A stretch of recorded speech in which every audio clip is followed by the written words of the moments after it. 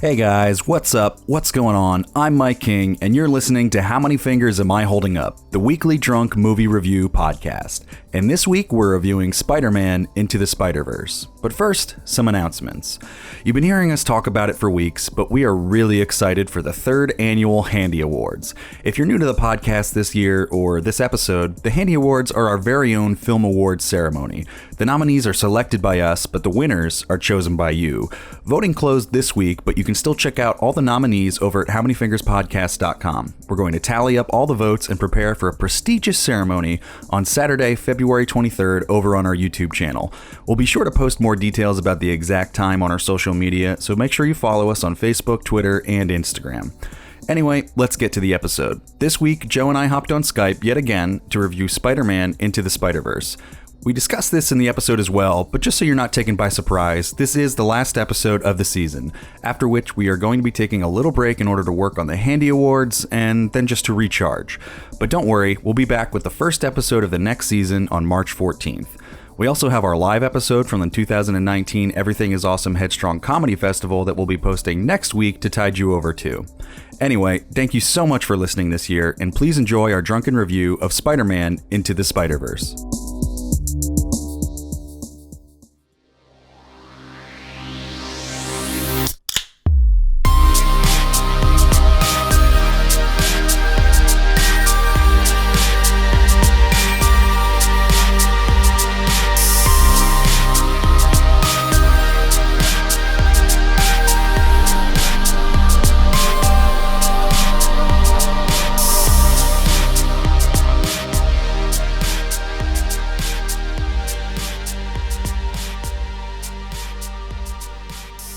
Hey everyone, and welcome to How Many Fingers Am I Holding Up, featuring two guys getting arrested and reviewing movies in a weekly podcast form. Wee. Thank you to Tim Ocello on Facebook for that synonym suggestion. Let the cop car. Timmy Tim. I was just thinking the other day, I remember there was this interview that was between Frank Ocean and Timothée Chalamet. It was one of those, like, I hate that format, but where it's like where each like artist is sort of interviewing each other throughout an article. And I remember like reading it and being like, man, like Frank Ocean is kind of like, I feel like he is sort of acting a little bit like condescending to Timothée Chalamet, and I didn't like think about it until like recently. I was like, man, I wonder if he like saw that Timmy Tim video. like he probably didn't know who Timothée Chalamet was, and then like looked him up, and that probably like was like viral at some point. And he sees that video, and I was like, oh man, like I gotta interview this white kid. This appropriating white kid. I think I know exactly what interview you're talking about, and again, like Frank Ocean was definitely like really championing like Call Me by Your Name. Like what was that Tumblr post he made where he was like what's his name is my dad or something? Oh yeah. Yeah. The actor. I can't remember his name. Father. Michael Stuhlbarg. Yeah. Yeah. And he really loved the film and everything, so I think maybe he jumped at the chance of interviewing him. And I don't know, was it for that actual magazine interview? Like where, because that's like their thing, famous people interview famous people. But anyway, I think like literally, I think Frank Ocean talked about it afterwards, and he was just kind of like, man, I was so like amped to have like this kid in here. Like it was a great performance, and I really loved the movie. But then like Timothée Chalamet in person, like as soon as he saw Frank Ocean, he just started like singing a Frank Ocean song to Frank Ocean, and Frank was like, oh no. Like Frank Ocean literally had to be like, this is a child. Can you please stop? Like yeah, you could tell from the like just reading the written out like transcript of the interview, it was awkward between them. Like Timothée Chalamet, just a kid with like too much energy, and Frank Ocean like, yeah, no. Like Frank, who you wanted to interview was actually Luca Guadagnino or whatever his name is. Yeah. Oh boy. All right. So here we are again. Mm-hmm. Skype episode number 3. also the final episode of the season. It is. Final episode of the Skypes, too, which is... Yeah. Thank God. Don't worry. Thanks for holding out on us. Thanks and for hopefully this episode quality is better. I do apologize for the past 2 episodes. We had some technical difficulty with Joe's mics. Oh, yeah. We tried to salvage the best we could, but it might have come out sounding a bit like tinny and echoey. Yeah. I really... How's that audio looking right now, Joe? It's looking better. Okay, good. So, yeah. So, we're going to sound like real fools if this sounds just as terrible. It's looking Oh, my gosh. Yeah, no, I need to invest in another microphone. And probably not one that is made by Blue. Or just USB based. I mean, we have 2 audio interfaces. I might as well for a long time. Yeah, what? I said it served you well for a long time. Oh, yeah, definitely. You definitely got your $50 worth. Yeah, definitely. Yeah. So what are you drinking this week, Mike? I'm drinking raspberry milk stout from Left Hand Brewing Company from Colorado.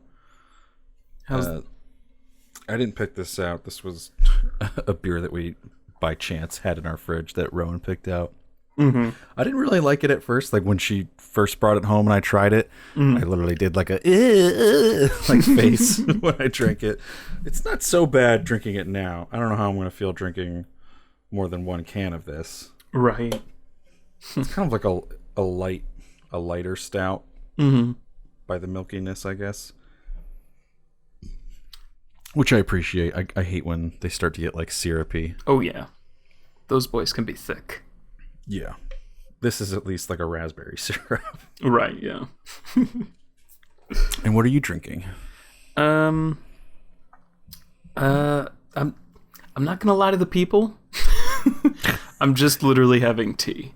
I've had like a headache for like 2 days now. I even took off work today because I was like, I need a break. Probably been treating myself like crap, so I feel like alcohol might have not been the best choice.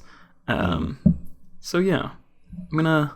Well, what brand of tea, at least? Give us those tea thoughts. I think it's like Celestial or whatever, and it's like Bengal spice or something. It's kind of like chai tea, but without the caffeine. It's very good. I like it a lot. So. Do you drink your tea? Because you with your coffee, you're like no sugar, no cream type guy, right? Right, yeah, I've always drank How are coffee you with your black. tea? Same way with tea. Just black? Straight up tea. Yeah, just water and tea. See, with tea, I don't like cream in it. I do like just putting like sugar in tea. For some reason, I feel like coffee needs cream, though. But anyway, thoughts for another podcast. Let's talk about Spider-Man Into the Spider-Verse. Check out our tea and coffee podcast. Yeah, how many tea bags am I holding up? How many tea bags am I dunking? But yeah, you have the... It's also a podcast about putting your balls on your friend's face. We can't make a podcast without an innuendo. It's really niche. Oh man, what's it called? I don't know if you saw it in like I didn't send it to you personally, but I sent it to our group chat that Millie Shapiro liked. I saw. And I was just kind of like, that makes me feel uncomfortable. Might have to put an age limit on the handy nominees next year. I was thinking the same thing when I was, or just like, I don't know what I was thinking. I'm like, trying to get some clout. I'm tagging people. It's just like, I just won't tag people under 18 next year. But yeah, just also kind of funny. But yeah, let's talk some Spider-Man. Yeah, Spider-Man. Why don't you read the IMDb description, and then I've got some very brief mic notes. All right. And we'll hop in. Yeah, Spider-Man Into the Spider-Verse. And the IMDb description is, teen Miles Morales becomes Spider-Man of his reality, crossing his paths with 5 counterparts from other dimensions to stop a threat for all realities. I was reading this before as I was like putting the file together. It almost makes it sound like he's like suffering from like mental illness. Like, Miles Morales becomes Spider-Man of his reality. Like, it almost makes it sound like, yeah, you can become Spider-Man of your reality if you're delusional enough.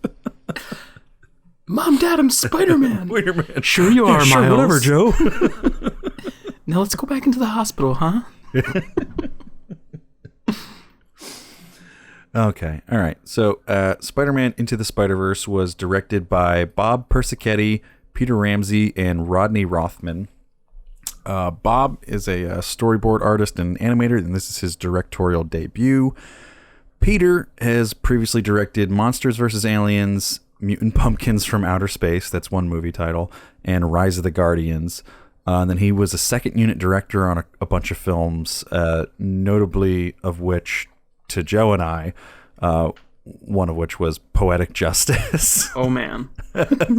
Which was like the Tupac Shakur, like, dramatic sort of film where he's like a postal worker and he does poetry and something, and it's like he sort of wants to get into rapping in that movie, I think. Right? Like there's something about like buying like an 8-track or something, or yeah. And who is the love interest in that movie? It's like it might be hold on. I don't know. We've probably mentioned this on the podcast before, but like the best part is that his name is Justice. So wait, is his name or is her name Justice? I think might be the. Wait, oh no, I think she's the main character. It's Janet Jackson's the main character. Okay, and she's the poetic one, right? Yeah, and she's Justice. Okay, yeah, but it's and still Tupac Shakur is Lucky. It's still a very just. Oh hey, Regina King's in it. Very cringeworthy, like. Literal title, like. Yeah. Poetic Justice. Yeah, she's the poet, you're right, yeah. And he's the rapper who he works for the post office. So it's really he kind of plays the love interest. Yeah. Anyway, I just thought that was I haven't like seen that movie title in a while to see it in someone's credits. Yeah. I thought that was great. And he's also a storyboard artist and an illustrator. And then Rodney Rothman, he was a producer for films like Forgetting Sarah Marshall, Get Him to the Greek, and a bunch of other comedy ones. And he also wrote Grudge Match and 22 Jump Street. And then he was also a writer on this. This was written by Rodney Rothman and Phil Lord. And that's Phil Lord of Phil Lord and Christopher Miller fame. Phil Lord's filmography is just like way too long to cover it because he's done a lot in like every category of film. Right. But recent notable credits would include Cloudy with a Chance of Meatballs, The Lego Movie, and 21 and 22 Jump Streets. And so I have to mention there wasn't a whole lot of other interesting tidbits about this. So I have it's got a huge Wikipedia page. Yeah. But everything's just kind of like, well, they wanted to do this, and then they kept wanting to do this, and then they did this, and then they hired this person, and then they hired this person. Like it seems like it didn't really go off or it went off without any drama, rather, like. Right.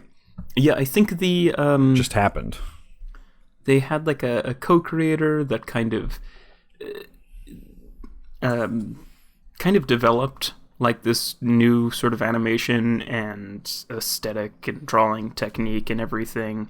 Completing the animation for the film required up to 140 animators, which I think was like the biggest crew ever used for a Sony Pictures animation.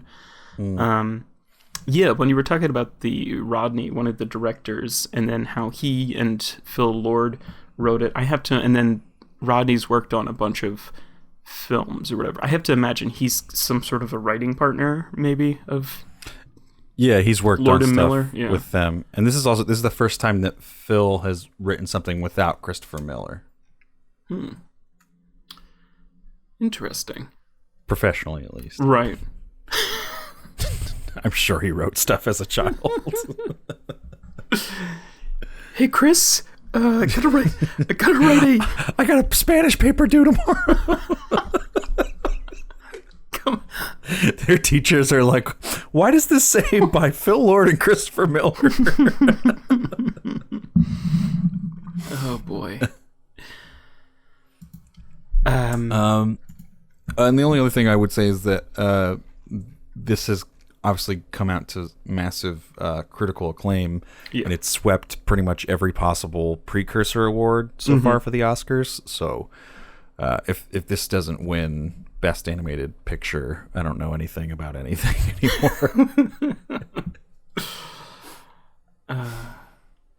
So yeah, we can hop in. Yeah. We can swing in. Yeah, I gotta say, I don't think. I mean, after the hype, the idea of this movie kind of grew on me. I mean, we kind of saw it late into the game. I couldn't even see it in the AMC theater I usually go to. I think Regals still have this movie hanging around. And then I had to see it in the Regal theater I don't even like. So that was already setting like a weird precedent for this movie. But when I first saw the trailer, I was just kind of like, do we, like, I don't really like animated superhero movies. Like, I think like The Killing Joke or whatever, that's pretty awful. There's just like, even though I liked like 2D animated superhero movies or superhero television shows as a child, I don't think they really translate that well to like, as, you know, an adult now. Like, I don't think I would watch them for enjoyment. And then also there was just something just about kind of the multiverse I was a little shaky on, like especially seeing something like the John Mulaney character, the Spider-Ham or whatever. It was just, I was like, that's weird, and it reminded me of like the Simpsons movie. Yeah, I think a lot of people, I mean, I think I, at first, because not being familiar with Spider-Ham, I thought that's what it was a reference to. Right. Was Spider-Pig. Mm-hmm. And I don't know, maybe I haven't looked into the history of Spider-Ham. I don't know if that was itself inspired by. It has to be inspired by something. I don't know if it's actually a thing. I think a lot of these I'm looking at it now. It's a real thing, but it was like a one-shot humor comic book, Marvel Tales, starring Peter Porker, the Spectacular Spider-Ham, and then they followed it with an ongoing bi-monthly series. Right. So it sounds like it was like a funny joke, and then people responded well to it. They're like, all right, let's do some more funny jokes. So yeah, but then going into this movie, I don't know. I was pretty fucking blown away by this movie. And I think maybe there was this movie, it sometimes feels tailor-made for me. You know, as much as I'm really hard on the superhero genre, I do love superheroes, and I've always loved Spider-Man. Spider-Man's always kind of been like my favorite superhero, and it has to probably be a lot of people's, just because I mean, from our generation, for sure. Right, and it's not only just because Sony is stuck in this contract where they have to keep making Spider-Man movies or they'll lose the property. Stop making Spider-Man or we'll die. But I think it's also in popular demand, obviously. I mean, as is Batman. Tons of Batman movies have been made. But then, I mean, I kept watching this movie kind of in disbelief that this was a movie that was made. It was kind of, it was like, God, like, it's so, I like fucking love like the kind of almost title song of this movie, that like Post Malone and Sway Lee, like Sunflower song, and that kind of plays like it's kind of a role in this movie. I love the addition of it. I mean, it's just weird to see like this movie that's like, I don't know, like Juice WRLD's in it, and it's got like this incredible aesthetic, and it's like, if you took like, I gave the Lego Batman movie like 4.5, because like it had such a, it kind of, I feel like we're in this kind of weird post, we talked about a lot in that episode and other superhero movies or whatever, but this really truly feels like this weird kind of post superhero movie that's able to kind of look at our culture and everything and commentate on a lot of it. And it's just, I don't know, like the spots that I really found like emotional in Lego Batman movie, and just like it, I feel like it was like that at like 11 the entire time this movie. I don't know. I was really to go from like I don't know, like to seeing the movie, I was really blown away. Yeah, I'm glad you brought up Lego Batman movie because when I was like putting the mic notes together for this, I was like really surprised to see that Phil Lord and Christopher Miller weren't super involved with that. Yes. At all. I think they might have been like producers and probably like listed as like creators of that Lego Batman character, maybe on some level. But like this movie, like the closest comparison I can think of is the Lego Batman movie, where it's like animated, beautiful animation, irreverent humor at times, but then it just sort of like gives way in the same way that like the Lego movie, the original one, did to this just like really sentimental underbelly that like really works. And like what worked about like Lego Batman is that like it didn't need to go to something like meta in terms of like nostalgia. It just worked by like really understanding the character, really getting down to like the heart of what makes Batman, and then sort of analyzing Batman from like a meta cultural aspect. And I feel like that's what you're saying about this too. Yeah, like definitely. It gets emotional in a way that like for me, like my history with like Spider-Man, like my older brother used to like go to the comic book store. I wasn't really big on picking the comics out, but like he would always pick out a bunch of Spider-Man comics and bring them home. We never like got them in any order. We just kind of picked the ones that looked the coolest. And I would always read them after he was done reading them. And it was around the time in Spider-Man where Peter Parker was like with Mary Jane in that storyline, and when he was like our age that we are now, like 27, 28, 29, living in an apartment with Mary Jane, you know, just like trying to make life work as Spider-Man while having this relationship. And like she already knew about him being Spider-Man and all that. And like that's what the Peter Parker in this movie feels like. And I feel like I haven't really seen that on screen before, and it touched me in a very weird nostalgic way. Oh like, my gosh, that just that for me is like being like 10 and 11 and like looking at like the Peter Parker in that comics and being like, oh man, this guy's like so cool. He's got his own apartment. He's got this hot redhead girlfriend who's unbelievably curvy, because that's the way they drew the comics at the time. Yeah. And like that's exactly what this Spider-Man feels like. So it does have a little bit of nostalgia in it for me personally, because I never read like the Spider-Man that were like him being younger or like in high school. Everything that I read was him being an actual adult. Right, yeah. It might, and I don't have a lot of complaints about this movie, but maybe my biggest complaint about this movie is the kind of, I feel like I'll get back into this in spoilers, but like I feel like the big bad is like a little lacking, which is like a common complaint in the superhero genre. Oh, I actually like heavily disagree. Oh, really? If we're considering the same person, the big bad, right? I mean, I don't know. This is also a complaint that I've heard or whatever, you know, and it is a common complaint in the superhero genre, with the strange exception of one of the first reviews that we did this year, Black Panther, where the villain, Killmonger, is, you know, the heart and the heat of the film. It's like where most of the empathy comes in that film. I'm going off at a tangent, you know, but like Black Panther is so stiff. I don't know. I was just thinking about this movie to Black Panther today, and I still like trip out on just the weird, uneven dynamic that movie had. Anyway, this movie really puts you in the head of Miles Morales.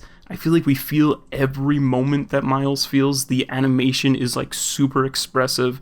The voice acting is great. And the character is like really well written, which is a challenge, again, when your source material is like a comic book.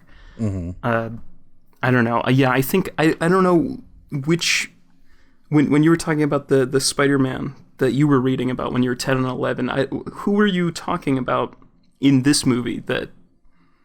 like Peter B. Parker. Oh, yeah, that's what I was about to say. Because I like think the Jake Johnson voiced one. Because I think this movie is at its best when it's playing Miles off of, the Peter B. Parker, who's like late 30s, like dad bod Spider-Man from like another universe. And like it really puts both these characters in such sharp relief when they're like in the scene together.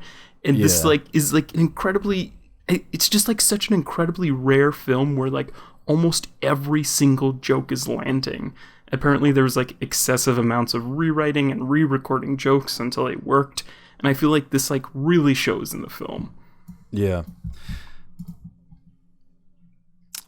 Yeah, so like for the big bad, you're saying that what's his name? Kingpin doesn't work for you? I don't know. It felt a little weak to me. It's nothing I would there's like a lot of things. There's like almost I can like kind of be pushed another way. I don't know how I would ever fix this film if it even needs fixing. Maybe I thought maybe the big bad wasn't explored enough. You know, it's his motivation is great. Like I can't imagine anything better. Maybe that's not explored enough. I think like maybe like not enough time is spent on like Miles' like arc kind of. But then I can also like disagree with both of those points. I don't know. I feel like I'm just, I just saw it over the weekend. I'm kind of still feeling it out. I feel like there's going to be a lot of raw opinions in here. I can say that I think this movie got like the biggest reaction out of me to any film we've seen this year, any film I've seen this year, period. I just like definitely like ugly cried a few times, and like I think I got caught on every laugh too. Especially, yeah, I definitely had a very positive reaction to it. I was just surprised to hear you say that about Kingpin. I think I can talk about this without spoiling anything, but like I saw it with my girlfriend Rowan over the weekend too, and on like the way home we were just kind of like throwing back and forth things that we thought it did really well. And one of the things that we like both independently brought up was Kingpin, where like I thought they did a good job of just like keeping it simple, whereas like I feel like if you look deep in this sort of trend of like really well done villains that we've had in superhero movies, some of them tend to go too far in that direction and just like overcomplicate things, and like sometimes like a villain doesn't need to be a like completely like high definition 3-dimensional character in terms of emotional storytelling. Sometimes you just need to give us enough motivation that we understand what they're doing and not forget that the movie really is about the hero, whoever that hero might be in the movie. And I thought they did such a good job of that in this, where like his motivation was like enough to like make you want to cry at times, but it wasn't enough to like it didn't push him into being like a likable villain. He was still an asshole. And I thought that was really refreshing to have someone that like you hated as a villain, but you could still sort of like feel real empathy for them as a human because they would be put in these really human moments. And like I thought they did it also just really economically too, because they just do like, he's just in his villainous scenes, and then they have one flashback scene, the one where he's like clicking the pen, and then he like cracks it, and it felt like a chapter out of a comic book, which I liked too. Like you could see that easily being a quick chapter or half a chapter or something like that.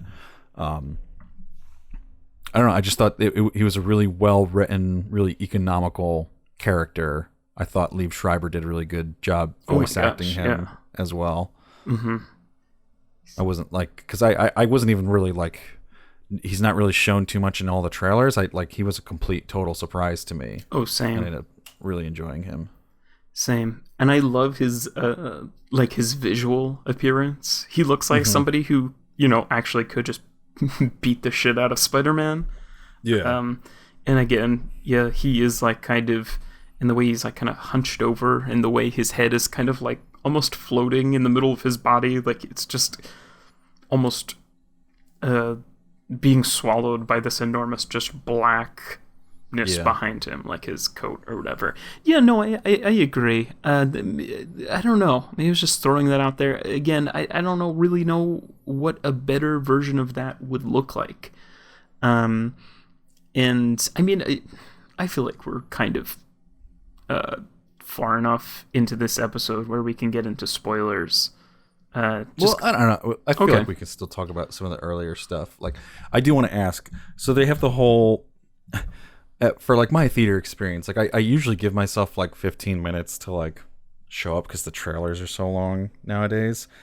I think they started this movie way before they were supposed to, because we were not that late. Like we were probably only like less than 10 minutes late from the like start time of the movie that's advertised, which usually means you're still going to watch like 10 minutes of trailers.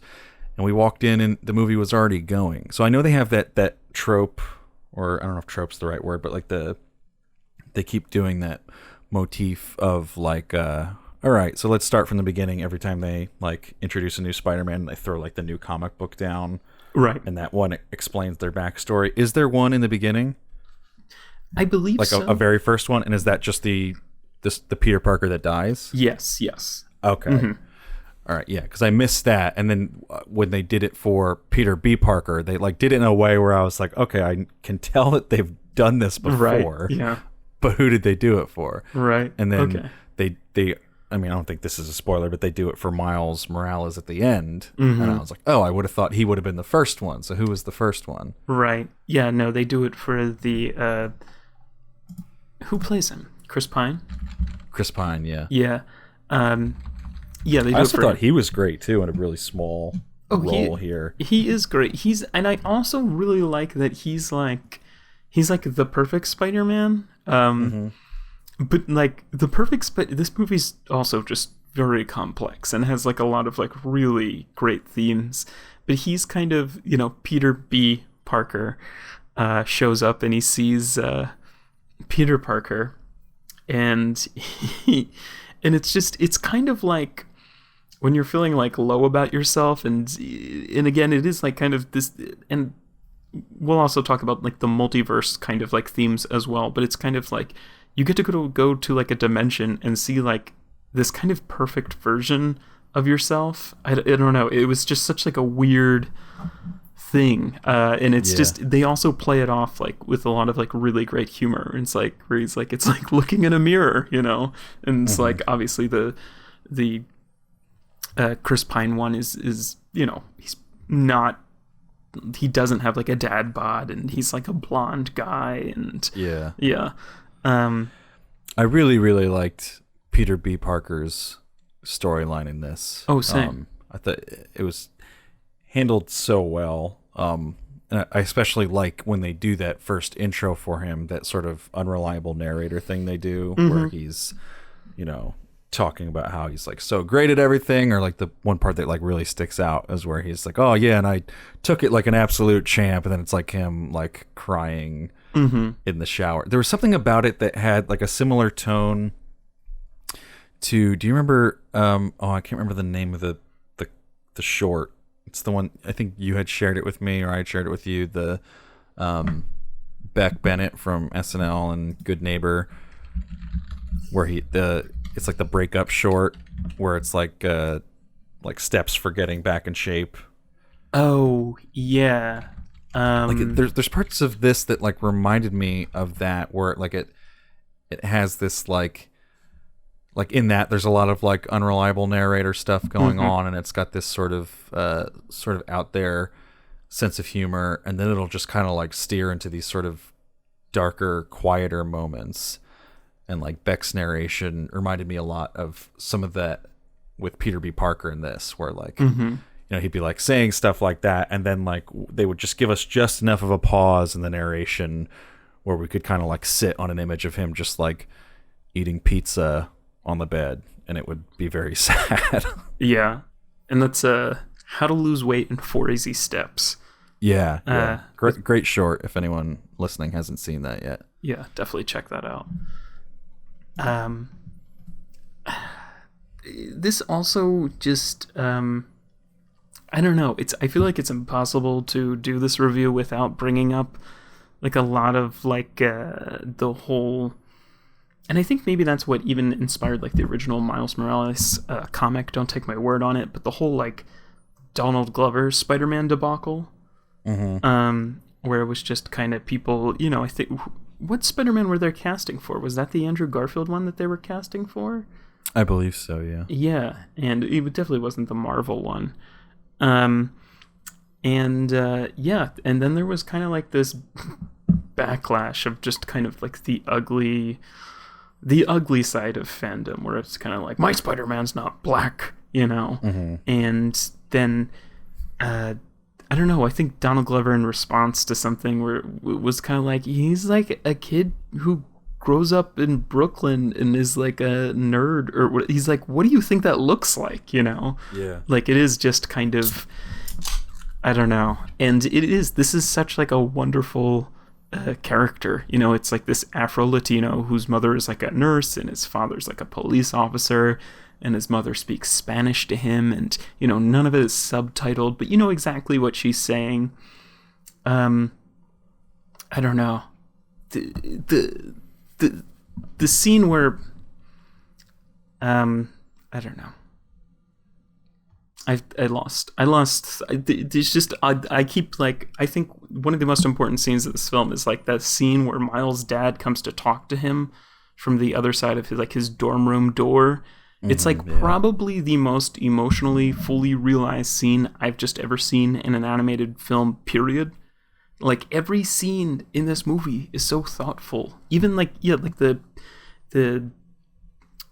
kind of like introductions and like these kind of like parodies of previous Spider-Man entertainment. Like they recreate like a lot of like the Sam Raimi Spider-Man or Tobey Maguire or whatever. It doesn't feel like cheap or tacked on, and it just, I don't know. That's just so meaningful in the age of just thoughtless Easter eggs. Like, we talk a lot about that in like our solo episode that we did. I don't know. It just did, to circle back around to the Donald Glover thing. It's just like, I think when Spider-Man first came out in whatever decade, 60s, 50s, whatever, you know, Spider-Man was sold as this like, oh, you know, it's the hero that could be you. And obviously that you didn't really look a whole lot like everybody, you know? Yeah. And I feel like this film does a lot of unpacking, like, in a lot of unpacking of what like you means in like a very meta way. And none of this film ever really even feels like that diverse or woke, which is something like I know I struggle with. It's like, we'll be watching a movie and it's so hard to make a critique about this, and you're like, wow, yeah, that's really the change we need to see in this industry, is casting like that. But then there's also like that kind of like, wow, this looks so forced and so unnatural, and like, I don't know. And I never felt that at all, both with like these Easter eggs and both with like the diversity kind of representation on screen. Mm-hmm. Yeah, well, I think part of that is because it's a theme of this movie. Right. Like, I mean, I don't think this is a spoiler, because they've been using this line in all their like acceptance speeches as they just kind of like stampede through awards season. But you keep bringing up this theme of like, you know, anyone can be behind the mask. Right. And it also has this whole theme through the whole parallel universe idea of, you know, being able to seeing another Spider-Man is like, you know, realizing that you're not alone. And I think that's sort of like a metaphor for representation on screen in cinema, where, you know, people of color and of other underrepresented minorities in film, they're sort of like Peter B. Parker or any of the other Spider-Mans, and, you know, seeing someone who looks like them on screen, you know, is like Spider-Man seeing another Spider-Man and being like, well, you know, they have their like spider sense goes off and they're like, oh, you're like me, you know. And I don't know, I think that's a metaphor they were clearly trying to get across, but they did it in a really great way that was subtle without like ham-fisting anything. It didn't feel like PC propaganda at any point ever. You know, it felt like a story that was being told for the sake of the story itself, that just happened to be about something great. Right, yeah. And even like, I know we just did Sorry to Bother You, and I talk a lot about code switching and how great that is in that film. But here we have like Miles Morales, who is like this perfect metaphor for this multiverse hero. He's doing so much code switching in the beginning of this film, where it's this kind of like Spanish, talk to dad, talk to all of his friends at his old school, talk to all of his friends at his new school, and everything. And I think by the end of the film, it's not really a spoiler, that he has to be like his own Spider-Man. He can't kind of like fit in the mold or, kind of, and I think that's like a really great, I don't know, it works so well. Yeah, I do love that sequence when like they're all sort of starting to doubt him, and they almost like make it like musical in the way that they're doing it, where they're all kind of like, well, can you do this? Can you do this? Because like it does have meaning, like you're saying, to that overall theme of like, being your own Spider-Man, and like they're all giving like very specific things that they think Spider-Man does. My favorite of which this was one of those like sustained laughs that like I was missing other jokes because I kept laughing at it. But John Mulaney's Spider-Ham being like, "Do you float through the air when you smell a delicious pie?" I really loved that, like them like digging into that like cartoon sense of humor, like towards the end of the movie when he gives him the hammer and he's like, "Oh, here's a hammer, it'll fit in your pocket." I love that. I think my overall favorite of like all of those were the Nicolas Cage, like the Spider-Man noir. He's like, he's like, sometimes I just light a match and let it burn to the end just to feel something. Even the anime character is like really great too. I was looking her up, and I sort of like a weird tidbit. She was created by Gerard Way from My Chemical Romance. Really? Yeah. Like I was expecting her to be some like deep lore thing. I mean, I guess she is. I just didn't expect it to have some like emo connection. Right. I mean, he does have the Umbrella Academy or whatever, which he and some graphic novel artists did. I knew he was involved in comics. I had no idea that he would have actually been able to do something for Spider-Man that would make its way into a film. Yeah, that's so funny. But the people from like Coheed have their comic books and stuff, and I think that one artist, Lights, has like actual published comic books as well. I think they're starting to do that for I don't know if you listen to The Deer Hunter. I don't. Like there's a bunch of different ones, because you listen to one that's Deer Hunter. Yeah. No, and spelled like the real deer. Mm-hmm. And then I think there's one that's also Deer, like Dear Hunter, and then there's the one that I listen to, The Deer Hunter, Dear. Oh my gosh, so many confusing landscape out there for deer hunters. But anyway, I just thought that was an interesting tidbit that Gerard Way from My Chemical Romance created a character we were watching. Yeah, and even though all of these characters kind of have previously existed in some way or another, I think there's such love put into all these characters. They have to build like these all new characters, even if they're based off of some sort of like an Easter egg or whatever. And it's just like, I love this. Like she looks like Diva from like Overwatch, and like has like a telepathic relationship with a spider. Like, it's obviously everything is, there's so much love being put into everything. Like, this is obviously this is created by somebody who obviously has like more than a passing interest in anime, like somebody who knows, like, I don't know, it's everything's so great. And even do you see, like, I love like the kind of texture of this film. Not like the Ben-Day dots or whatever they're called. Those are great too. But like, I feel like this film actually plays at like 12 frames per second. Like, they did something like similar that they did with like the Lego Movie to kind of get that animation feel. But this kind of feels like, remember that old Marvel kind of like opening logo where it'd be like the comic books pages are kind of like flipping, kind of starts to make, like, that's kind of what this because looks this is like it's computer animated, and they try to make it look 2D at times. God, dude, although I do think the anime character is actually drawn in 2D. Yeah, I believe that. I mean, maybe they're animating it in, like, not Flash, but that same concept, while drawing it in 2D. I think the craziest part of this movie is like how fantastic the casting is. Yeah, I think when you were talking in the beginning about never really being crazy about animated superhero movies, I think the problem is that they have always been treated like second tier movies. Definitely. Like, and they'll have voice actors that are,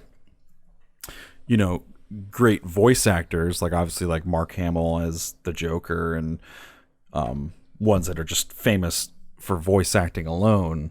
But this feels like the first one where it's been treated, like the way we treat Pixar movies and Disney movies, where you put actual star power in it, right? That might make people interested in it, and I don't know. That might not be great for the voice acting industry, for people who are famous for just voice acting and not for regular acting. Right. But in this movie's defense, I think everyone who is cast is great and like really brings their A game. Oh yeah. Here. And some of them are like really deceptive. Like I knew I liked whoever was doing Miles' father. I didn't realize it was Brian Tyree Henry until looking it up after. And I was like, oh shit, like he was really good. As was Mahershala Ali. Oh yeah. As his uncle too. God, both of them made me cry. And oh God, like I think honestly, like I'm always torn about this, but like this is a movie that makes me feel like we should be definitely considering animated movies for way more awards than just the animated movie category. 100%. Because I feel like you could make a case for Jake Johnson. Oh yeah, for best actor. Yeah, for this, like I think he's fucking incredible in this. I guess you would maybe put him as best supporting actor. Mm-hmm. But like I think this is probably his best role he's ever done. I don't consume a whole lot of Jake Johnson media. I'm not a New Girl fan at all. But I mean, this is easily my favorite thing that he's ever done. He like broke my heart in this with his portrayal of Peter B. Parker, and he was like so funny most of the time, but he could just sort of like change the tone of his voice just a tiny bit, and like you'd just be like really feeling for him. Right. And he could do it at times where he was being funny at the same time. And that also I think speaks to the great writing of this movie. And like I think this might be one of my favorite scripts of the year. And I think it's a shame that it didn't really get seriously considered. Oh, definitely. For screenplay. Yeah. Like I know animated movies have been nominated in other categories before. I think Up might have been for Best screenplay, Picture. and obviously they've been nominated true. for Best Picture and stuff before too. But I think it's kind of a shame that this wasn't for any of those. Yeah. And I know there was like an article or sort of like an idea going around where they had sent out like polling anonymously to a bunch of like Academy members, and basically a lot of them admitted that they just don't watch the animated movies. Ugh. Year in, year out. Mm-hmm. And I remember finding that kind of depressing. That is... they need to change the way the Academy votes or nominates, or I don't know, Yeah. Because it does. It feels like I'm always finding out more and more like depressing. I mean, it's also hard because I mean, there are so many, like if you watch it, the lists of like movies that are eligible for the Oscars, which like occasionally I look at that just to see like if something that I'm thinking might be up for an award isn't actually eligible for it at all. Right. The list is huge. It's like a PDF document that's like 20 or 30 pages long, just filled with names of movies. So like obviously not everyone can see every single movie that's out. And so part of the onus does also lie on like, maybe Spider-Man didn't campaign in other categories. Yeah. Maybe the For Your Consideration stuff they were sending out was only for Best Animated. Because they thought, superhero movie doesn't stand a chance. Animated movie, that's like a double no chance for us. Right. Let's just like focus on where we can steal an actual Oscar. I would 100% be behind this being up for Best Picture as opposed to Black Panther. Oh yeah. I get not wanting to. I would have put Crazy Rich Asians in over Black Panther if you're asking me, honestly. Definitely. I was just who was I just talking about this with the other day? like I don't know, I don't want to like pop off too much on this, but like I feel like Go Black off, Panther, King. well, just like Black Panther, based on my opinion of it, quality wise, I feel like it was put in there as sort of like because of its cultural importance. Right. I don't think that's too crazy of an opinion. I think that's how a lot of people feel about it. Definitely. And I think if you're going to do that, like if we're going to ignore some of the other better movies from the year that missed the cut, and I'm fine with that. There's 8 movies. Not all of them have to be whatever. And I just feel like, why would we not put Crazy Rich Asians, which like was, it didn't make as much money, but it was way better critically received than Black Panther was, to my knowledge, was also very culturally significant.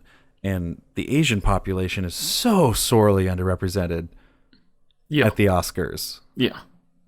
Like, it's like ridiculous. Like, probably less than 20, possibly less than 10 total across all categories. Yeah.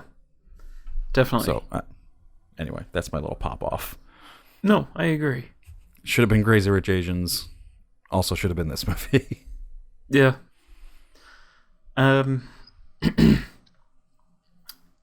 But yeah. I don't know. Let's jump into spoilers then. I don't have a whole lot to say with spoilers. It was just really just details of what we were talking about. Mm-hmm. Well, if I can, just about one of my few complaints with this movie, I think, is with like the beginning of the movie. Okay. At least around the part that I started coming in, I feel like and this is like a very mild complaint, but the way they handled Miles, like in school, didn't really do a whole lot for me.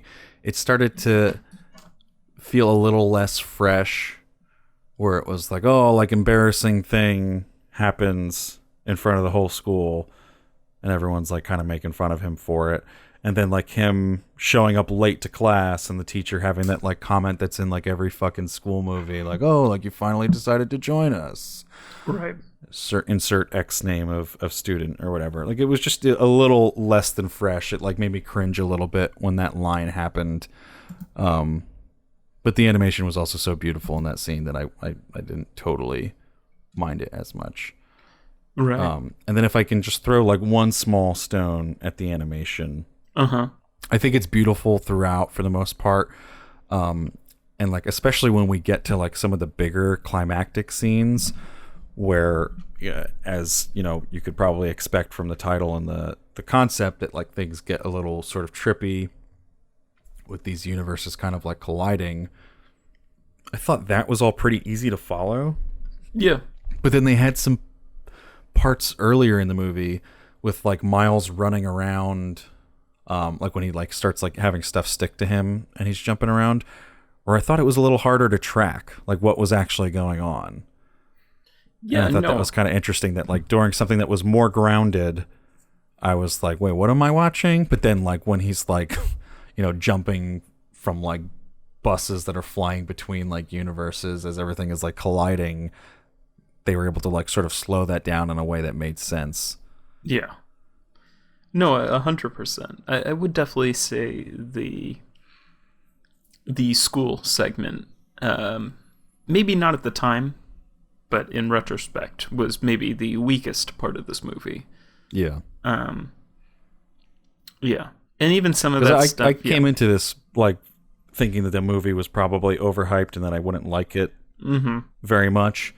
And then there was, just a little bit like in the beginning that sort of made me be like, oh yeah, I was right. Like, right. I'm not going to like this that much. And then it really starts to win you over the deeper you get pulled into everything. Yeah. It's something I was going to say before we went off on like another thing.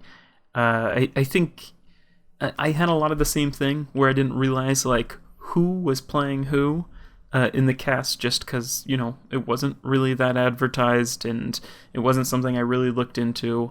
I think the voice acting was so great and the casting was so great, but like the animation and the visuals are so great. Like, I feel like this is what a good animated movie is supposed to be. Like you don't even think about whose voice is that, Yeah. Yeah. But yeah. I don't know. Yeah, let's go into spoilers though. All right. So yeah, the Wilson Fisk or what's his name character? Kingpin. Yeah, Kingpin. I do. It is nice to have like a, I don't know. It seems right up my alley. Like his kind of backstory of kind of, the dead wife and son. That's kind of his fault, and that he will do anything to kind of bring them back. I don't know. I do like that. I don't know. I wish we could have spent like a little more time with that, but I also agree with your opinion. Just to kind of like reach all the way back. Like, it's just kind of like, yeah, this is my kind of like, it's, for once, it isn't somebody who's has like a shooting a fucking big blue beam into the sky and, yeah, his motivations are small, even if his methods are big. Yeah, correct, yeah. Which like kind of reminded me a little bit of what was Spider-Man: Homecoming with that villain as well. Oh yeah, Vulture. Where like it was just kind of like small time stuff, even if there was like larger than intended effects from what he was trying to accomplish in that as well. But yeah, I don't know. I thought like they peppered. It seemed like a really well polished script. Like it seemed like a script that was like light years away from its first draft. Oh yeah. In a good way. Like just the fact that they were able to pepper little things about the whole like Fisk storyline throughout, and they kind of like kept hitting with like greater emotional resonancy each time. Like the first time when they do it, like unless there's a beginning scene with Kingpin that I miss, there's not coming in late. Yeah, so the first time that we like have any sort of mention of it, like it's just kind of thrown out there without context, in a way that gives context later on, when like the original Peter Parker Spider-Man is like lying on the ground after being fucked up by the whole universe collider thing, and Fisk like walks over to him, and that Spider-Man is like, it's not going to work. This isn't going to bring them back. Oh, definitely. And we don't know who he's talking about at that point, but something about like the delivery of that and like the effect that it has on like Fisk, it starts pulling at like your heartstrings a little bit before you even know what it's fucking about. Right. And then we have the flashback where we can see like, oh, like he's trying to bring back his wife and his kid who were killed by these weird sort of turn of events that was caused by them walking in on him doing this thing that he does so like without thought, as a criminal mastermind. But he's got such a soft spot for his family that like he wouldn't want his kids to see that, and he was like ashamed of who he was when it was like brought to the light of his family, and right. like that starts to like tug at your heartstrings too. And I don't know, they paced everything so well, and it was so spread out. There was no part of this movie that felt like unbalanced. Like they could have really easily like tried to fit a lot of the like exposition of this movie in the beginning and made it felt like really lopsided, but it's really nicely spread throughout. Yeah. And that seems like the product of just someone who didn't just write the first draft of a movie and then the studio was like, all right, we got to make it. Right. We got 10 other movies that are relying on this one coming out first because you're going to throw all these other Easter eggs in. Like, this seems like a movie that was made solely for this movie. Yeah. And it makes because of that, they have the time to really hone the final draft of the script to something that makes sense and is effective and beautiful. Yeah. Yeah, what you just said, it makes me so glad that Marvel doesn't own every property. I don't think we would have ever seen this movie. I don't think this movie would have ever seen the light of day. I don't think we would have ever seen a movie like Logan. It's just, to watch this was, I think I had really made up my mind about, I was just kind of like, I don't know if we're ever going to see like a good superhero movie again. kind of thing, and I especially wasn't expecting this to be. I don't know. I think it's just because I'm so used to the kind of Marvel is so safe and they're so by the numbers and everything. I don't think they really. This movie is so shamelessly goofy and funny and like not Marvel calculated funny really, where it's kind of like, well, how's that going to play in China? You know, like just kind of just like, oh, it's it. I don't know. It just, and again, it's like I kept saying this, like I can't believe this film exists. It's the difference between, you know, like a handmade basket and like something that's like factory produced, whereas like right. Marvel, yeah, it is impressive in its own right, like how they can just kind of like speed all these movies out and right. you know, get to the point where we're like, holy crap, we've had like 25 or 30 Marvel movies at this point, and it feels like it was just yesterday. That's impressive in its own right, but that obviously comes at sort of the reduction of quality. And like even if like that's sort of the point I'm making, like even if like the first drafts of, you know, all the movies that they've put out have been great, they are just first drafts, and like the faster you rush that out, the less time a talented writer has to go back and be like, well, what's really like the best way to pace this movie, and how can we spread out that exposition rather than cramming it all at the front, and you know, what's the best way to word this line so that when the villain says this, you know, we have just enough context that it's gonna like make somebody like almost tear up at it, you know? Right. Oh, and we could have got that from some of the other Marvel movies if they had more time, probably, because I don't think that everyone who worked on Marvel movies has been like untalented or corporate or whatever. They're just working within the constraints of like a movie making factory system, essentially. Right. Yeah. And when you have something like homemade and handcrafted like this, where like they've been working on it since like 2014, I think. Mm-hmm. I mean, even before that, it seems like it was revealed in 2014 because of the Sony hack. So they've been working on it for even longer. Yeah. I mean, I don't think they're like overworking anybody over at Marvel where they can't push out, you know, enough drafts or anything. I think everything's just well, I think I meant more just like the timeline of like the movie has to come out now. Right. Because we have all these other movies that are relying on it that are also scheduled that also have to come out. Like Marvel really has no room for like delays, the way everything's sort of laid out. So it's not necessarily like, yeah, I'm sure that writer himself might have enough time to spend the time on it like these guys did, but the Marvel studio system just doesn't allow for that. Right. Yeah, no. I do think they're, you know, what's it called?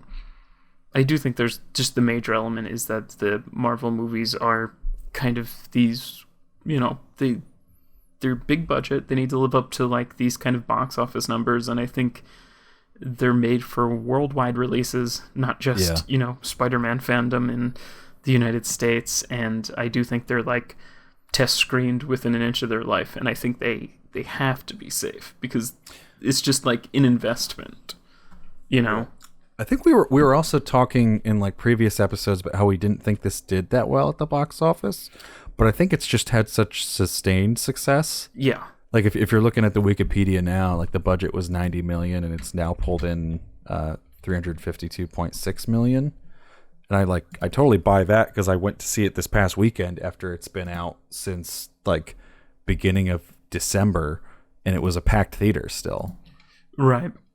Yeah, it's been consistently in the... I think it has that like word of mouth top 5 thing where like I've already told a few people like, oh man, this would be right up your alley. You would really enjoy this. Right.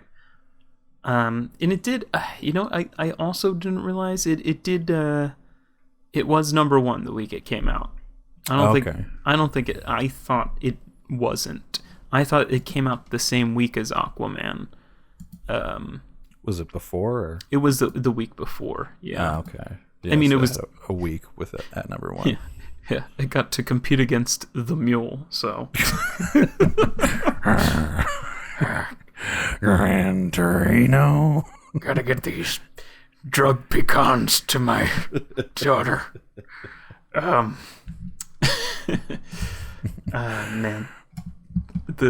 I think the biggest laugh, and I don't know why, in this film is I think when there's again it really does shift like very quickly and very just between the emotional stuff and the comedic stuff, and then there's a lot of emotional stuff that is comedic, there's a lot of comedic stuff that is emotional.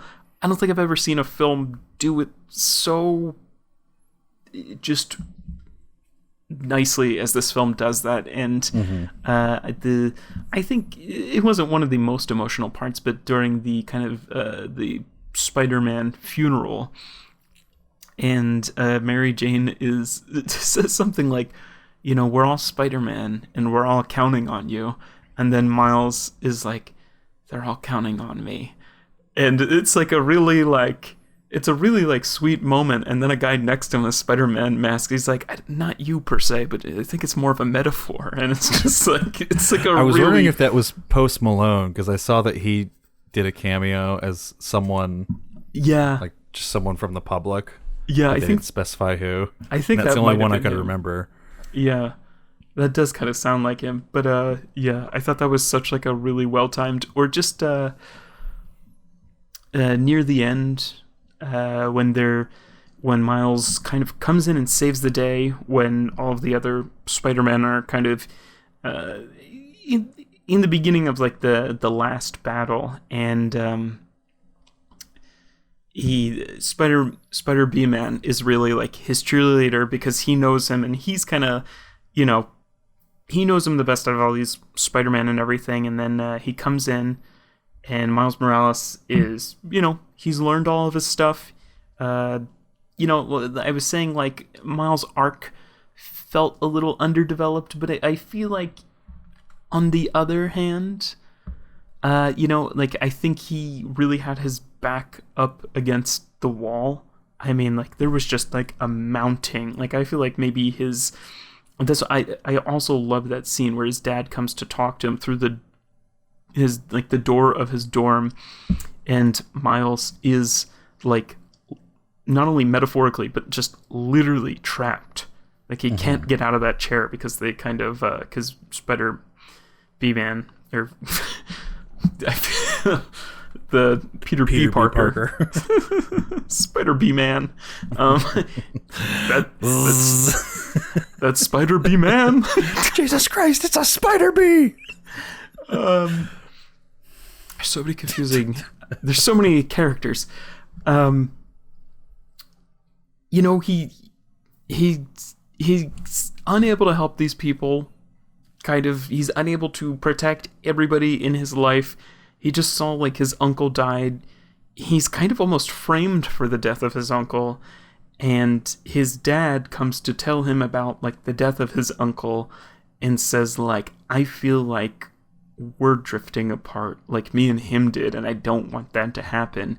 And it's just like such an overwhelming, and then to kind of come out of that, and the whole kind of like leap of faith metaphor too, where he's able to kind of, it's a gorgeous scene where he's able to, it's on a lot of the posters, when he's able to like kind of dive off of like the highest building in New York City. And I think like that's like, that would kind of be my argument too. Like, Miles' arc feels a little underdeveloped, but when the Peter B. Parker is like, oh my gosh, I'm so proud of you, he's like, and he says something else, and he's like, oh my god, wait, do I want kids? Yeah, and it's just, even that kind of really got to me and made me cry. I think like only through fiction are we able to kind of find these truths in our lives, or like fiction can tell like this greater truth. Not that I'm like, oh, I want kids now, but there's so many like little nuggets in here that are just so, I don't know, a lot of this really hits home. Yeah, I think the thing about Miles's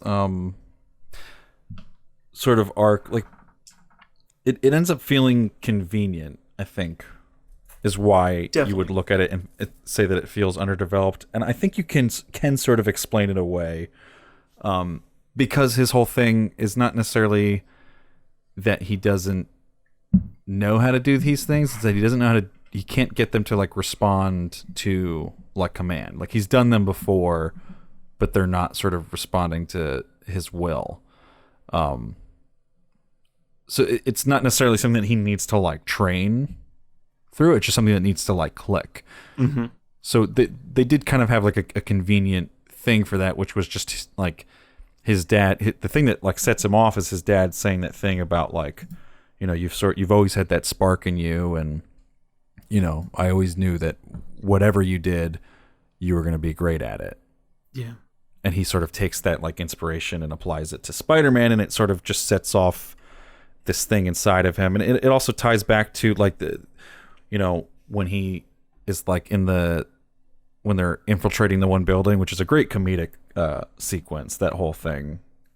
But he's like trying to figure out how to just like let go of stuff. Mm-hmm. And Peter B. Parker is like, what are you doing? Just like, just relax, just calm down. Mm-hmm. And when he like does that is when it like one by one all of his fingers come off and he's able to like let go of it. And I think that's why like his dad being like, you know, like I believe in you essentially, sort of just allows him to like calm down overall and just like have total control of his powers, because that's been this sort of thing that's been hanging over him, is feeling like he doesn't live up to his dad's expectations and doesn't even know if he wants to live up to those expectations. They just kind of like see things on a different frequency, and to hear from his dad that like, oh man, like, you know, I know you're going to be great at whatever you choose to do. Mm-hmm. And him sort of seeing like, you know, I choose to be like Spider-Man, and I don't know, it just kind of like frees him up. So I can make a defense of it in that way. I do see what you're saying. Like it does seem a little convenient and underdeveloped. Right. Mm-hmm. And I definitely had that feeling watching it, but I do think there is sort of an afterward sort of reflection that you can explain through that.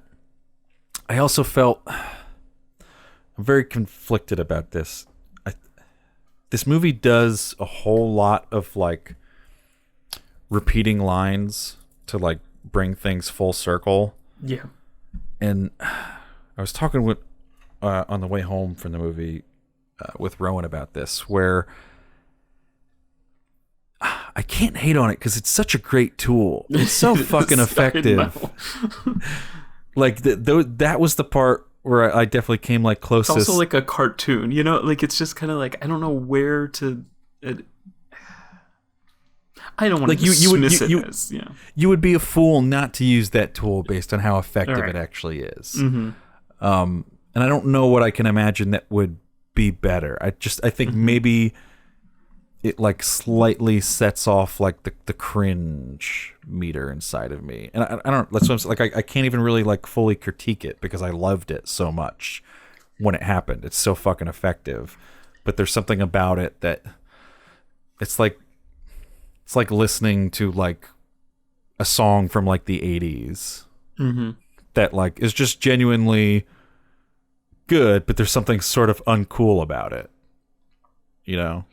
Like I was just listening to I got hooked for like the past 2 weeks out of nowhere on We Built This City by Starship or whatever. Yeah. Like it's corny as hell, it's stupid, but it's also just legitimately good and catchy, and that's kind of how like repeating those lines feels. It's also, if that makes any sense. Yeah, definitely. And yeah, I had the same thing where I was just kind of like, I think maybe you get like a little, like it seems lazy, kind of. And then maybe, I don't know, but then it could also just be like writing that's so good, they kind of just make it look easy. Mm-hmm. But yeah, it would be a waste not to use that device. I just don't know if they used it like a little too much.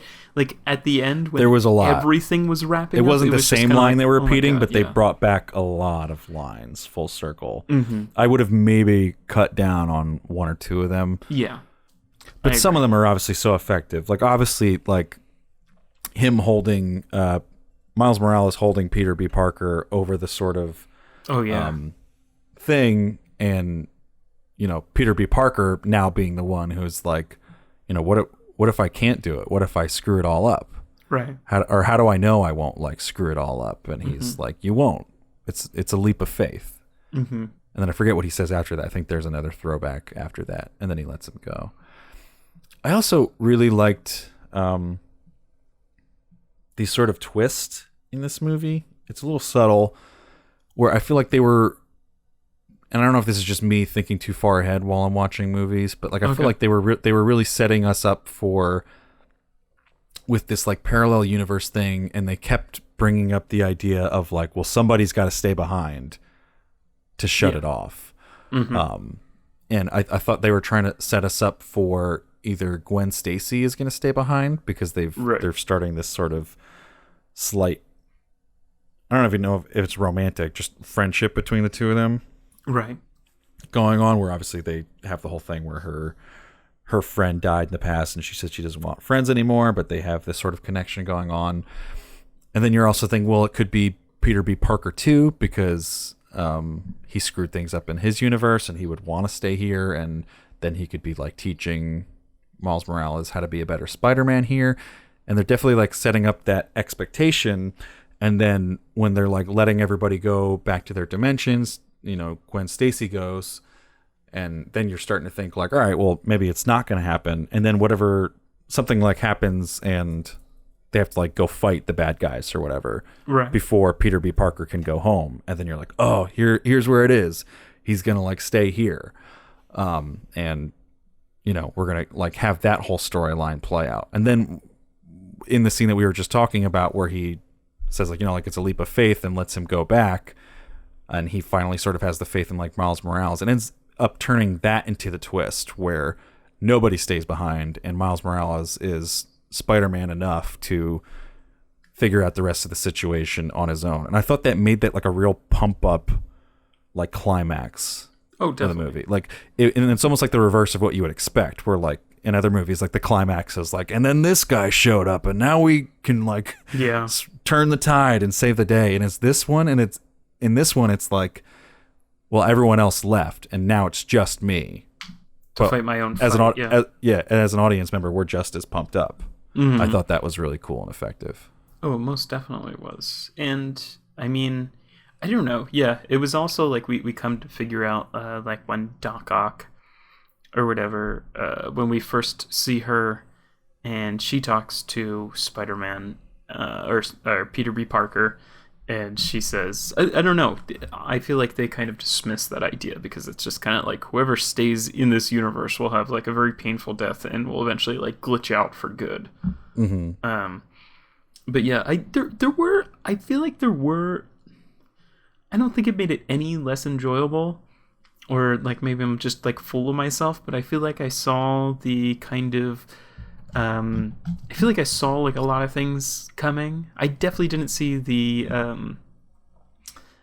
classmate being Gwen Stacy, but I definitely saw,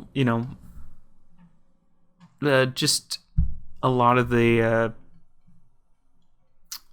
what's it called? Just a lot of like kind of twist coming. Mm-hmm.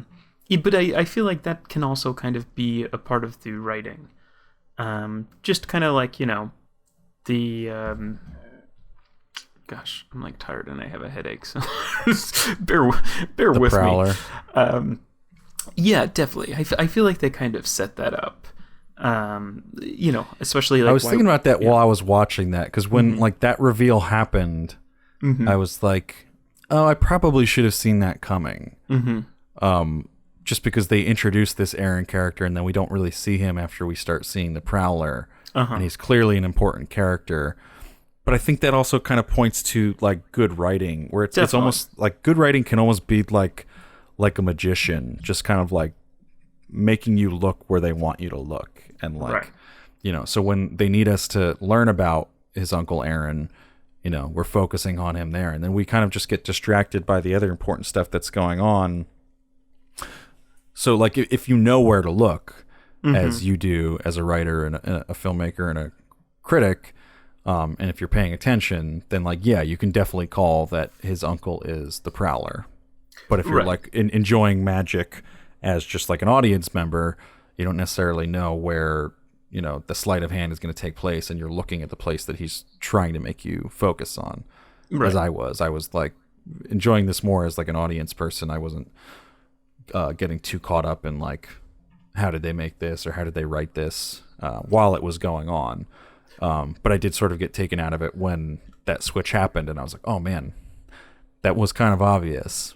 But it was also well done that it could be something obvious that you didn't necessarily, like, you were still surprised by it, kind of. Right, yeah. If that makes sense. Yeah, yeah, and again, it goes back to that thing of kind of, like, making good writing look easy. Yeah. You know, it's kind of like Hemingway, like, doesn't need to use big words, you know, kind of to sound beautiful. It's kind of, you know, if I think sometimes if a twist comes too far out of like right field, it's just kind of like, oh, it feels unfair. That yeah, you're like, exactly, well, yeah. we had no idea. Right, like, oh, I didn't know those were part of the rules of this, you know.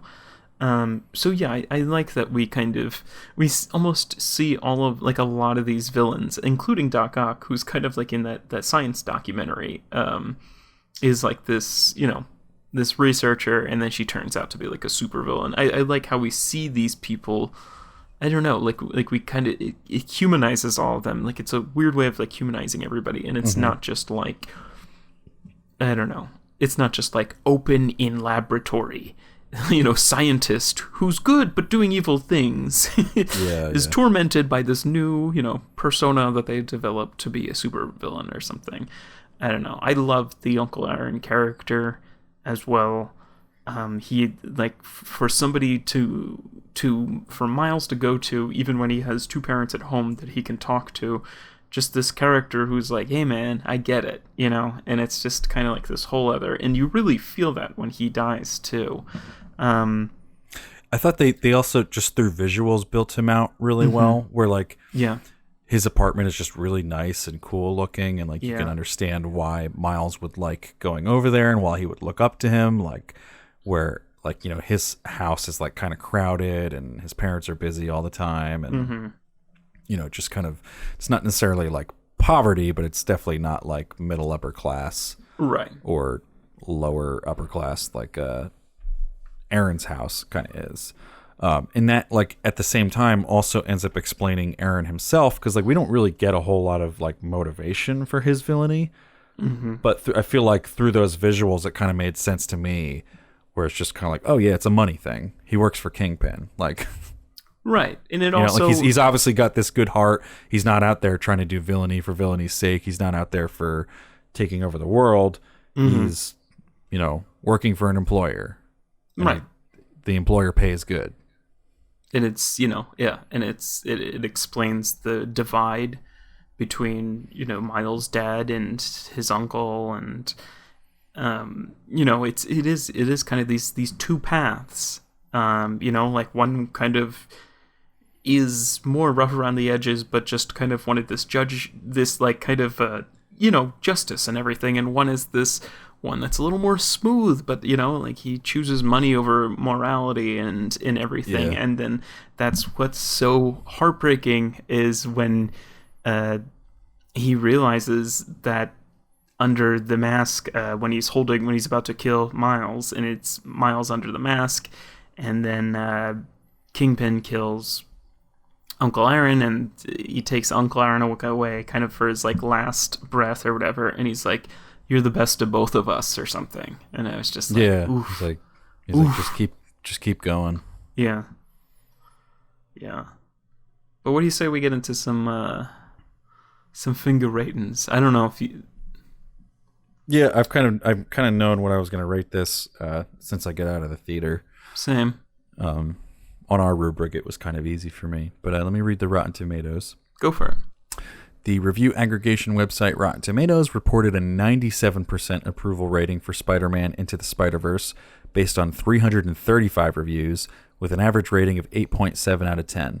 The website's critical consensus reads, Spider-Man Into the Spider-Verse, matches bold storytelling with striking animation for a purely enjoyable adventure with heart, humor, and plenty of superhero action. I was waiting for a signature Rotten Tomatoes pun in there. It never came. I guess maybe striking.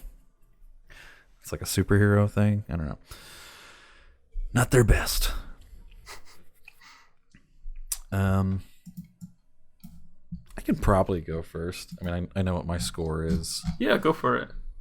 I don't know how much I have to say about it. It's pretty easy to justify. Yeah, definitely. I'm gonna give it 4.5 fingers. It's definitely one of my favorite movies of the year. I had a really great reaction to it. 4.5 is just easy because I know it's not a perfect movie because I have complaints, even if they're slightly mild. And they're definitely weighted more towards the beginning, but I thought they just really nailed the ending of this movie. I think it's one of my favorite screenplays of the year. I think it has by far some of the best voice acting, if not some of the best just, acting in general of the year in this. It kind of upsets me that we gave our handy nominations before we got around to seeing this. Oh yeah. I definitely would have given Jake Johnson, maybe even another one for Brian Tyree Henry, a nod for this. Yeah. I mean, you could just pick a name out of a hat, and I think they're all great. Even God, this is another it's a complaint, but it's also a compliment. I wish we had more time with the alternate Spider men. Like Spider-Man Noir, Spider-Ham, and the anime girl. Just because they kind of come in the last half of the movie, and then the voice acting is so good for all of them that I did feel for them as they're all saying goodbye. But I wish it was a little bit more justified. And I also just wanted more humor from them because I thought their dynamic was really funny.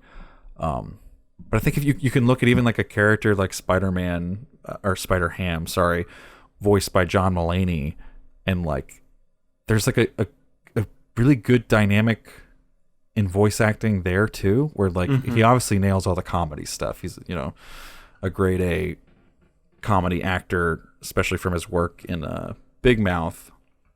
He's had a lot of practice at it now, but there's even some emotional parts from a ridiculous character like that.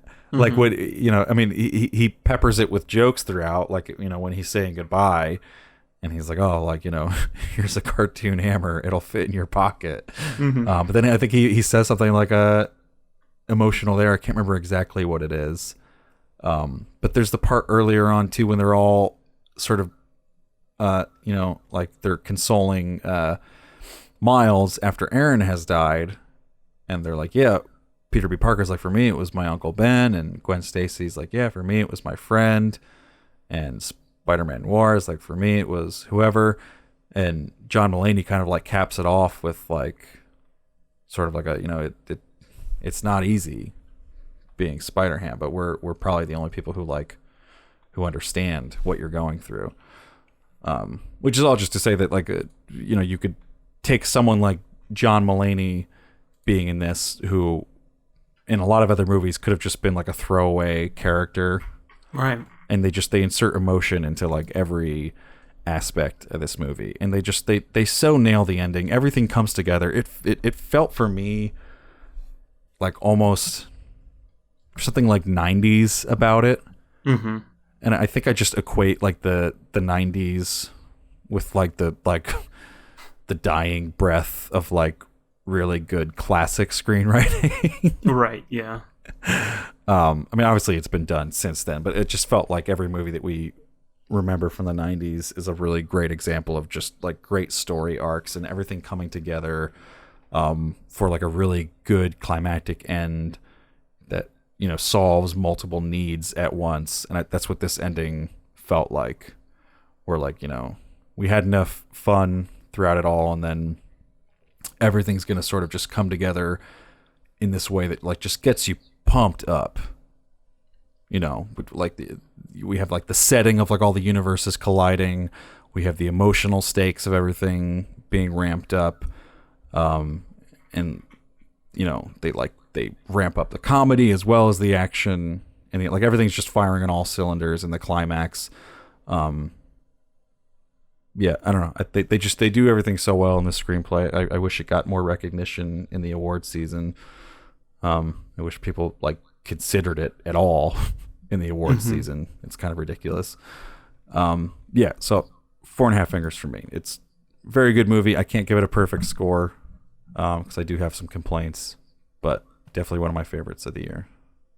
Yeah. Yeah. A lot of the same stuff. And a lot of what I've pretty much just already said. I do just enjoy the whole idea of, and I really also like that they really didn't go into trying to over-explain the idea of like a multiverse or anything, and had to kind of go into like fake science to, it was just it.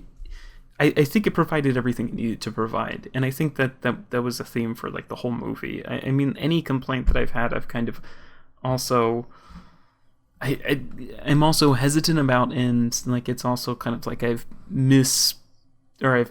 proven that kind of complaint wrong or whatever. Also the universe element also plays into like our relationship with media, and especially comic books, where you have all these different artists and writers with completely different takes on the same exact superhero. And I love that this was like kind of the first embodiment of that, like in any medium, really. I mean, besides comic books or whatever, just to see all of that in one place. What else? I don't know. I feel like, again, it explores the idea of superhero-dom more than most Marvel movies, just like with a lot of conversations between Miles and Peter B. Parker. This movie feels like it was made for me. I'll say that again. I can't believe this movie was made. And I mean, I'm sad you got to... They kind of did like this Enter the Void-esque title sequence, and it was like really amazing. Because that's one of my favorite title sequences of all time. And I don't know, I've never seen anything like that kind of like last fight scene too that's so well realized. It's almost like DMT-esque. It's like really wild. Yeah. Just because it's such universe oriented. And it's just impressive that you don't lose track of what's going on in something like that. Oh my gosh. Yeah. I don't know. I like, again, with the superhero-dom, I like that the message is like, it's more complicated than everyone doubts you, but you can do it. It's definitely, it makes for a better payoff near the end of this movie. And I think finally I feel like we got Spider-Man back. We've returned to a lot of themes that made Spider-Man so great. It kind of reminds me of how far we've strayed. I hated nothing more than that stupid storyline in the Andrew Garfield Spider-Man that he was like predestined to be Spider-Man and his parents planned it and everything.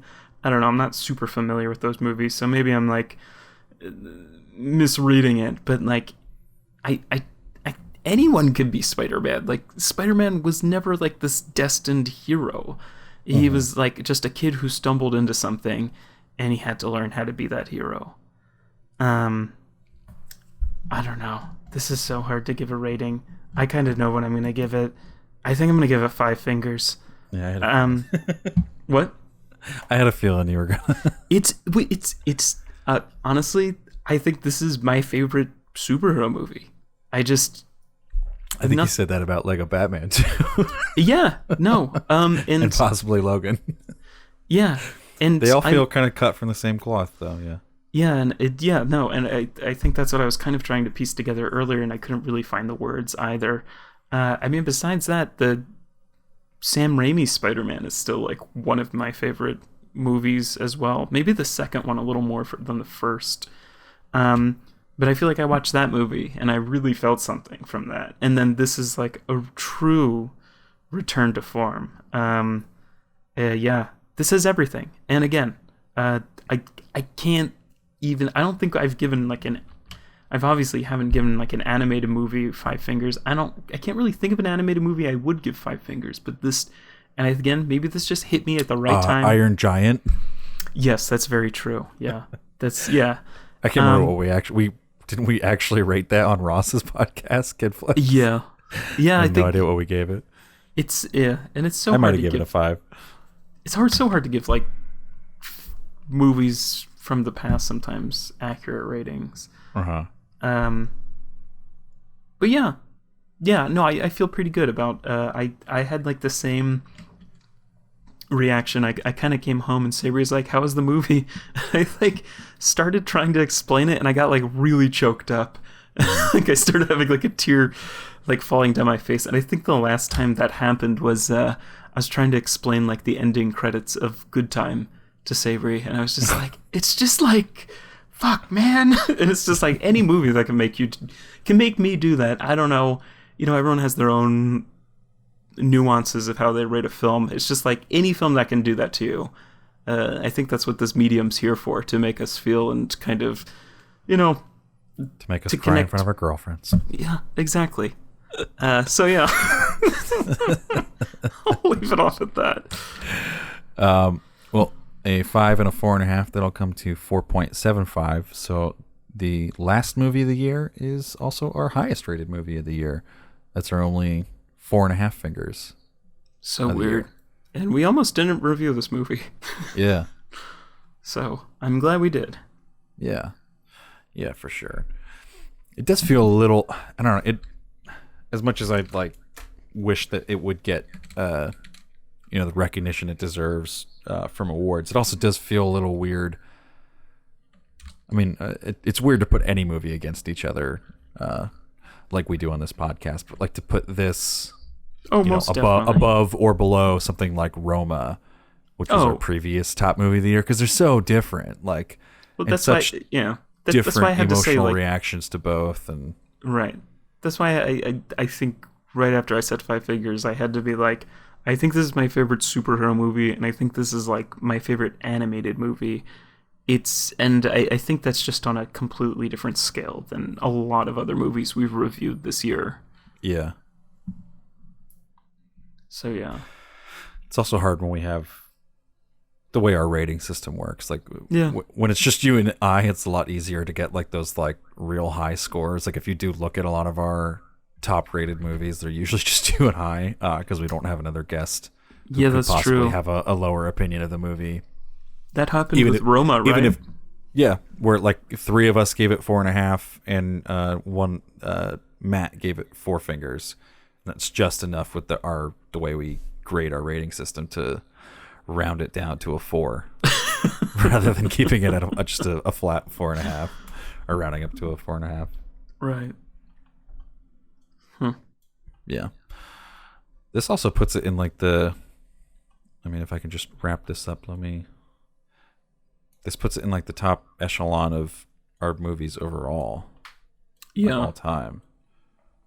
Because I think that's about as high as we can get. And Moonlight would probably be higher, because I think me and Alex gave it a 5. Mm-hmm. Give me 1 second. I'm going to sort it.